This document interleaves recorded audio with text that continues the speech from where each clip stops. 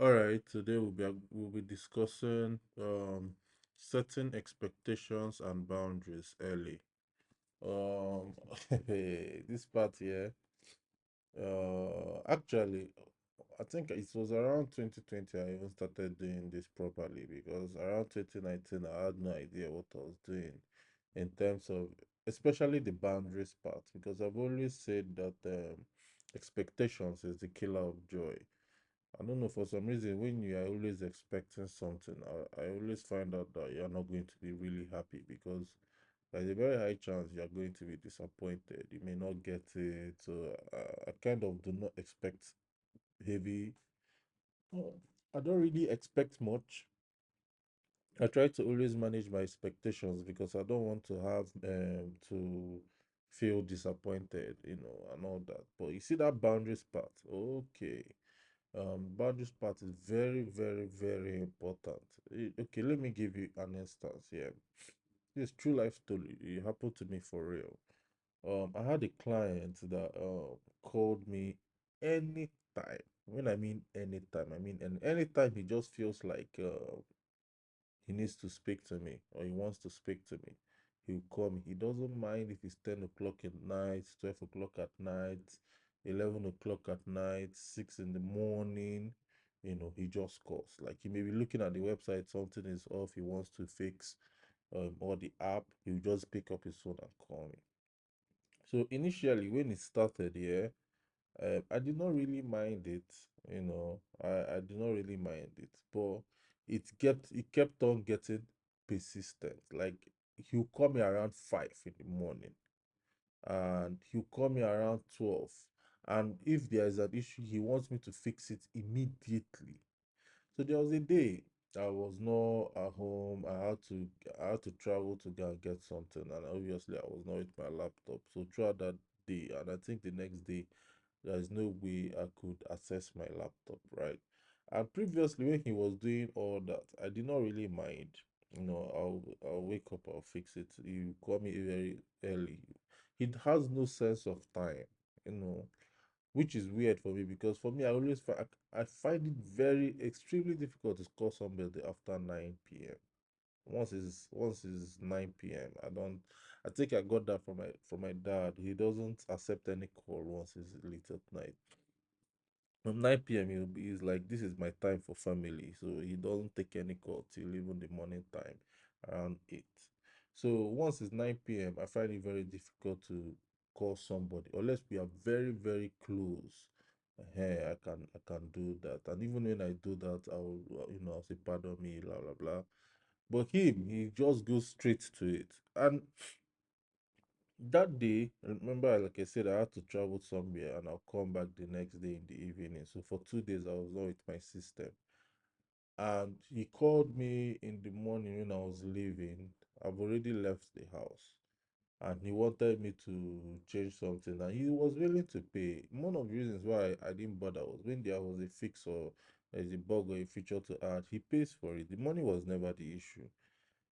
But and I now told him that I'll be coming back tomorrow evening, that I will not have the ability to work on it right now. And he got angry and he got furious and he was like, he needs it now, he needs it now. The truth is that he doesn't need it now. But some clients can just be very, very, I don't know whether to use the word stubborn or I think I gave him too many privileges, right? So he was like, he needs it now. He needs to get it done now. Is there anything that we can do? I said no.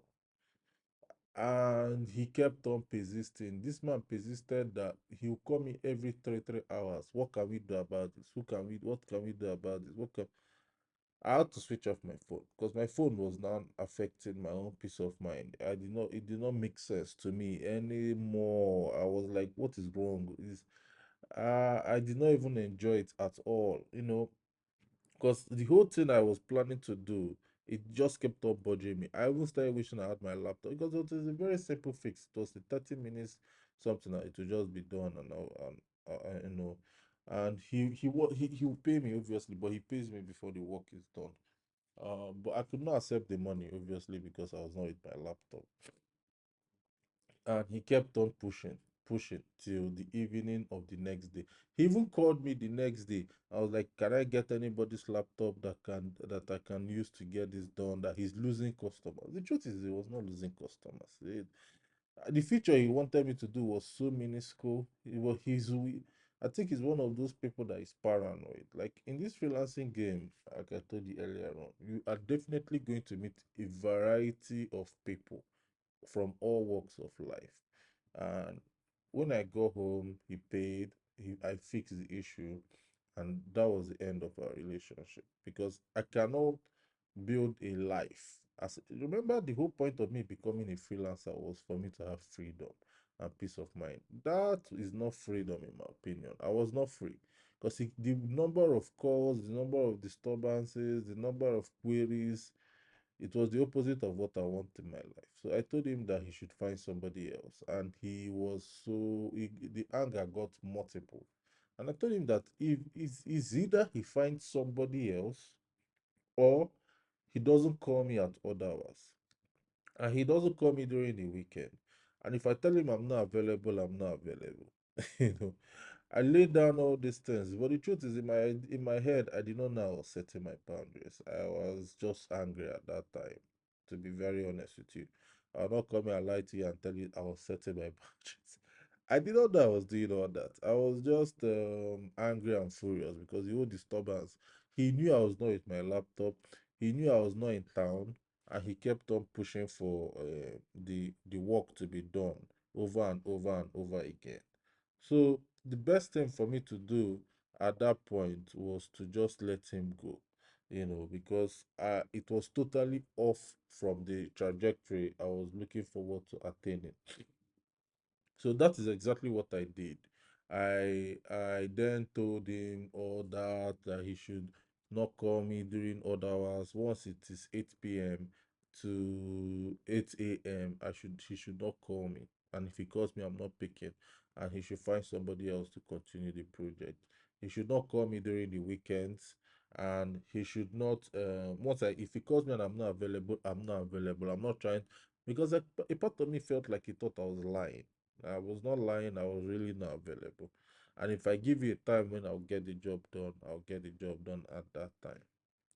Then he told me no, he's going to find somebody else, that he doesn't work that way, that his money has value, that once he's ready to pay and he's paying for that job, he wants that job done immediately. He's one of all those people that came from abroad and they talk in a very funny way, very, very senseless way, if you ask me.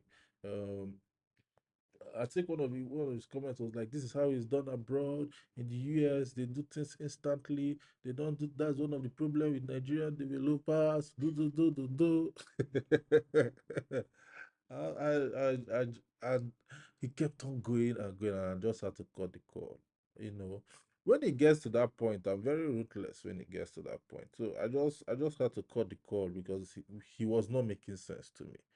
You are obviously driving me insane, and you are now telling me that the problem is Nigerian developers, that we like to take our time to do things. You cannot be calling me on the weekend and expecting me to do something for you instantly. It doesn't. If that doesn't make sense to you, then you are really not my target audience. I don't want to have you as a client. He now went out, and after when I called the call on him, and I now called back, and I now called I called the call on him. He called me back, right? So when he called me back, he asked me whether I called the call on him, and I told him yes, that I did because he was not making sense, and he started all over again. And he started all over again. Me, I was happy because I delivered the project. This is just fixtures and all. The project was done perfectly, very very good. He loved everything, but his communication pattern was just so off, and we didn't have all this communication back and forth when I was building and developing the project. So it was weird for me that after on he's just this pushy.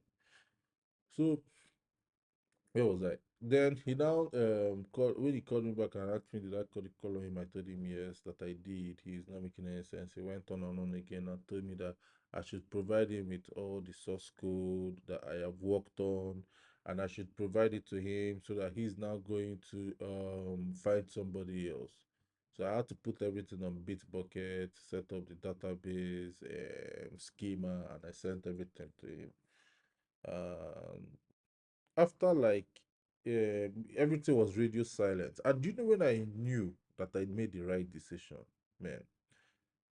Earlier on, when he was always disturbing me, like every week you call me, every week you message me. The money was not the problem. Let me not say that it was a money issue. No, when I gave him that this is the cost for this, he was willing to pay. It's just the frequent disturbance. And and I know some of you might be saying if it's disturbance, then it's not an issue, collect the money. But don't worry, you will still get to that point if you've not even gotten to that point. But maybe everybody is different, but I don't like that kind of flow. So after like 4 weeks, everywhere was radio silent and I had peace. When I said I had peace, nobody was calling me by 10 a.m., 10 p.m. Nobody was calling me by 11 p.m., 12 p.m. This man has called me by 1 a.m. before. And I know you say it's my fault, which is kind of true because I was the one picking the call. I could have just put the phone on silent. But I saw I'm one of those people that if my phone is ringing, I want to pick it and know who is calling if there is an emergency. Because it was the financial software.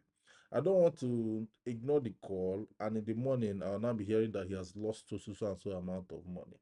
Right? So that was one of my fears why I used to pick the call at very odd times. He has called me at 1 a.m. and he also called me at 6 a.m. that same within that same period, like 5 hour difference, 1 a.m. to work on something for him. And I told him I'll get it done tomorrow.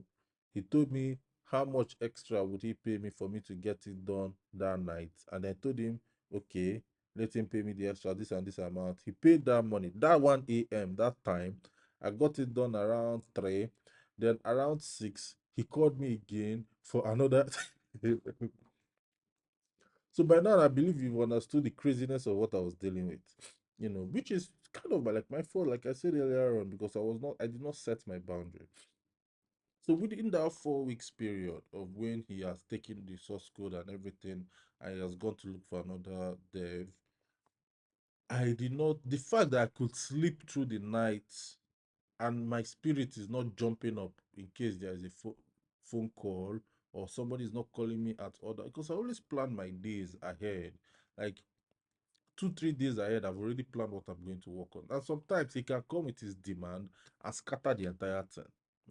So it's always frustrating because he's always insisting on doing it immediately, immediately, immediately. He doesn't want the word where you give him. It can be, if they say he calls you on Monday, you not tell him to be done on Thursday. He wants it that day. And one of the reasons why it's easy to fall for is because he's willing to pay for you to get it done that day. If it is some people, if let's say somebody is not willing to pay for you to get it done that day, it's a different case entirely because you can easily tell them it's done on Friday, and if they insist on that day, but you tell them this is how much it will cost for you to work night shift, they are not going to be willing to pay that amount of money. But his own case is different because he had the money. So even if I say, okay, I'm done, let's say it calls me by 5 p.m. and I say I am done, and he says, I want this ready by tomorrow morning. How much would it cost you to do it during the night time? And I give some ridiculous amount of money. He's going to pay for that money. That is the extent of the craziness that was going on for me during that time period.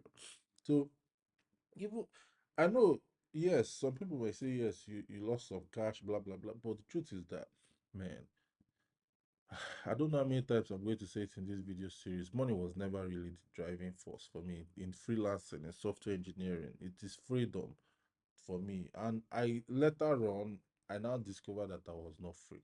The man kind of owned me, oh, I won't lie you, because he was willing to pay and he was willing to stress you. And both of them kind of if you allow the money to grow you to that point, you're going to die quick, because if somebody can stress you to that point and buy your time that easily, or even to some people, money is not really the issue. I may tell them, I know if I tell you how much he was paying for this thing, you'll be shocked. But he was paying for it, you know. So after that phase, during that 4 weeks, I had peace of mind, real peace of mind. Like my plans were working accordingly. If I say I'm doing things Monday to Friday, I did Monday to Friday. Nobody was calling me to obstruct my night sleep or scatter my plans. But after that 4 weeks, guess who called me back? Him. He called me back and told me that the he was not able to find any developer and he has agreed to my terms and we are going to work that way. And I should forgive him, blah blah blah. You know, that's how it went down. Oh, hey, honestly, and that was how I set my own boundaries. To be very honest with you, and what I actually discovered in that period is, in order for you to set a boundary, you must be willing to lose that client because even that client was paying me very very well. And we still talk till this day. But now he doesn't misbehave, which shows that he knows what he was doing. So now he knows how I will react if there is any like off, if he tries to scatter my schedule or any of that or that nonsense he was doing before, calling me at odd hours. He no longer does that, you know. And he pays me very well, very, very well, you know. But if I did not have the, because some of you might not have that some of you might not have that courage to be willing to lose that client. That boundary would have not been set, you know. And that courage for me, I'll not lie to you, it's not like I had it predetermined. It's not like I say this is what I'm going to do. I was frustrated. I was angry.